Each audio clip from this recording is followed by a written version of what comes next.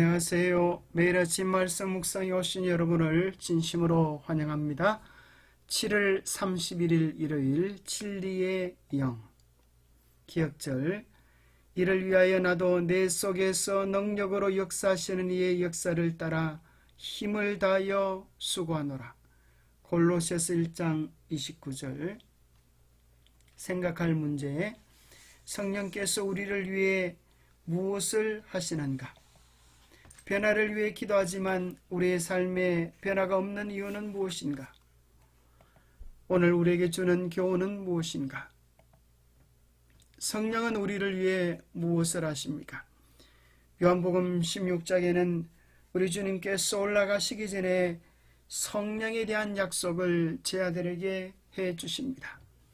그러나 내가 너희에게 실상을 말하노니 내가 떠나가는 것이 너희에게 유익이라.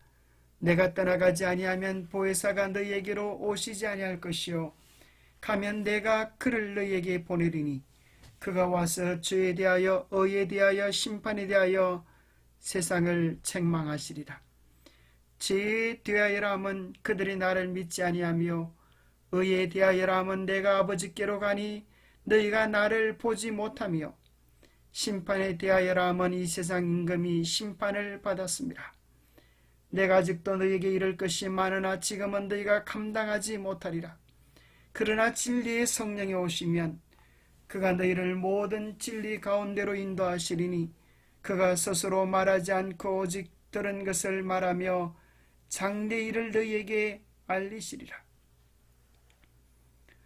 우리 주님께서 떠나가시면서 약속을 하셨습니다. 그러면서 예수님께서 그들을 떠나가는 것이 오히려 유익되겠다 하셨습니다. 그 이유는 예수님께서 가셔서 보혜사를 그들에게 보내주시겠다고 하셨습니다.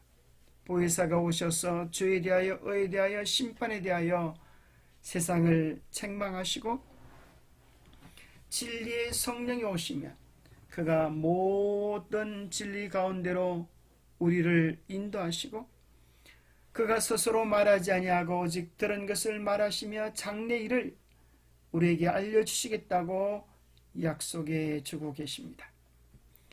성령께서 오시면 모든 진리 가운데로 인도해 주시고 스스로 말하지 아니하고 오직 들은 것을 말하며 장래 일을 우리에게 알려주신다고 하는 것은 성경 말씀들을 통하여 장래에 예언된 비밀들을 깨닫게 주시겠다는 내용입니다.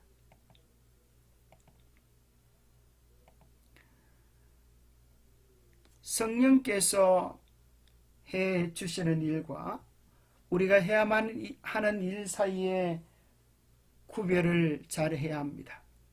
성령께서는 우리로 하여금 죄를 깨닫게 해 주시지만 우리로 회개시키실 수는 없습니다.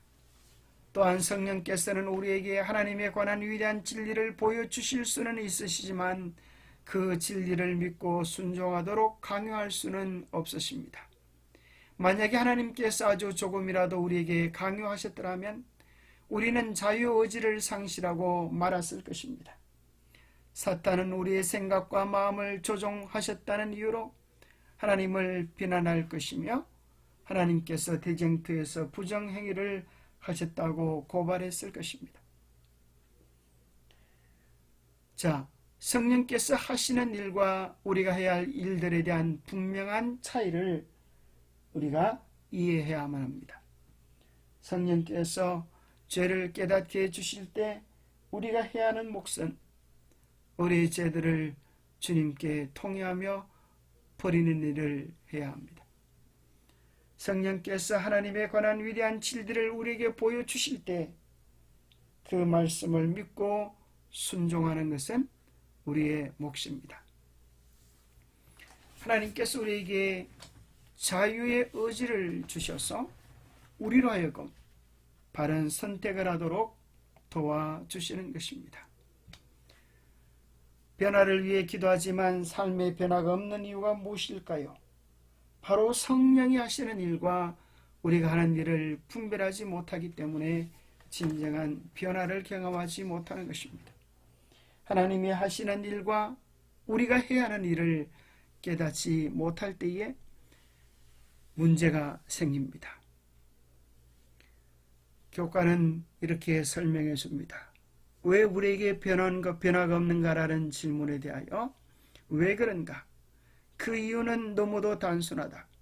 성령께서는 우리를 변화시킬 수 있는 무한한 능력을 갖고 계시지만 우리 스스로가 자신의 선택으로 하나님께서 하실 수 있는 일을 제한할 수 있기 때문이다.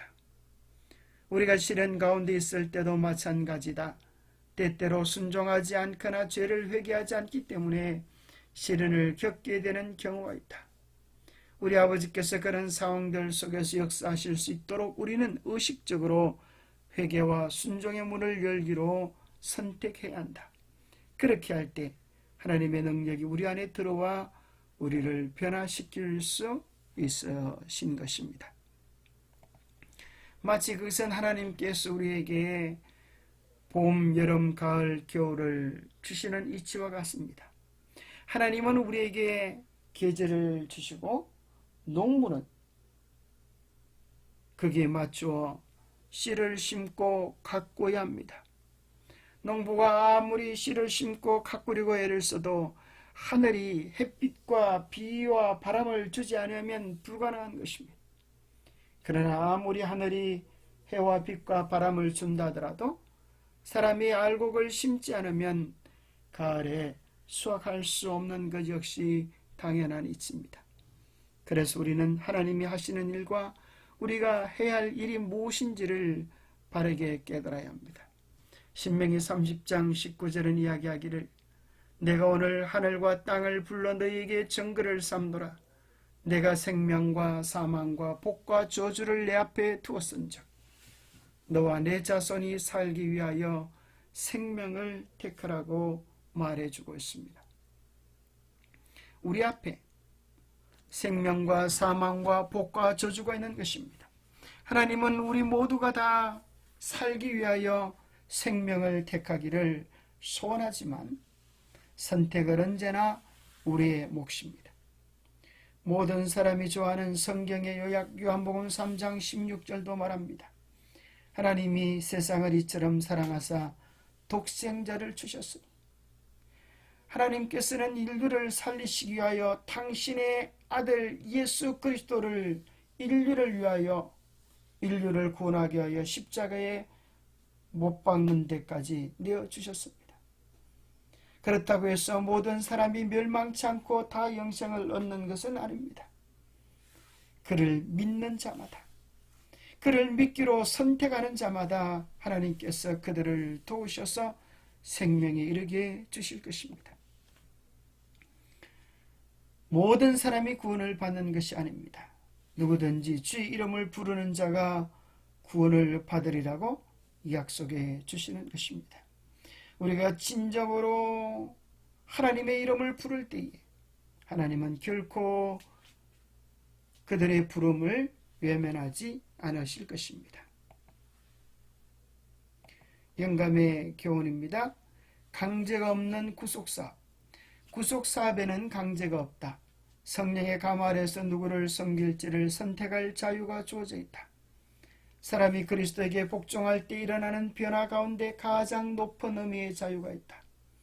우리 스스로 사탄의 지배를 벗어날 힘이 없는 것은 사실이지만 우리가 주에서 해방되기를 바라고 크게 그 필요를 느껴 자신보다 더 높은 힘을 구할 때 영혼의 힘에는 성령의 거룩한 힘이 불어넣어져서 하나님의 뜻을 이루는 의지의 지배를 받는다. 우리가 참으로 변화되기 원하면 하늘의 능력을 간절히 구해야 합니다. 그때 하나님께서 우리를 변화시킬 수 있는 성령의 거룩한 능력을 불어주시겠다 하셨습니다. 그 다음에 우리가 그 성령의 역사하심에 우리 자신을 전적으로 들여서 순종을 견고히 붙잡을 때 우리의 삶의 역사가 일어나는 것입니다. 기도하겠습니다. 하나님 아버지, 우리의 삶도 말씀처럼 약속처럼 변화되기를 원합니다. 우리의 삶을 변화시킬 수 있는 하나님의 능력을 믿습니다. 성령님께 우리 자신을 온전히 내어 드리오니 성령님 역사하여 주시옵소서. 주관하여 주시옵소서. 성 하나님께서 인도하시는 대로 순종하며 살아가는 가장 큰 기쁨을 경험하도록 우리를 도와주시옵소서. 성령님께 온전히 우리의 마음을 드리오니 우리 안에 역사하여 주시고 주님의 선하고 아름다운 뜻을 우리 안에 이루어 주시옵기를 우리 주 예수 그리스도 이름 의지하여 간절히 간구하옵나이다. 성령께서 우리에게 바른 것들을 지시해 주실 때 우리는 그 음성을 듣고 순종함으로 하나님이 우리의 삶의 주인 되심을 매 순간마다 고백하시게 되기를 축복합니다. 그리하여 좋은 밭에 심겨진 씨앗이 30배, 60배, 100배 열매를 맺는 것처럼 아름다운 마음밭에 심겨진 하나님의 말씀이 30배, 60배, 100배의 변화의 열매들을 맺게 되시기를 축복합니다. 감사합니다.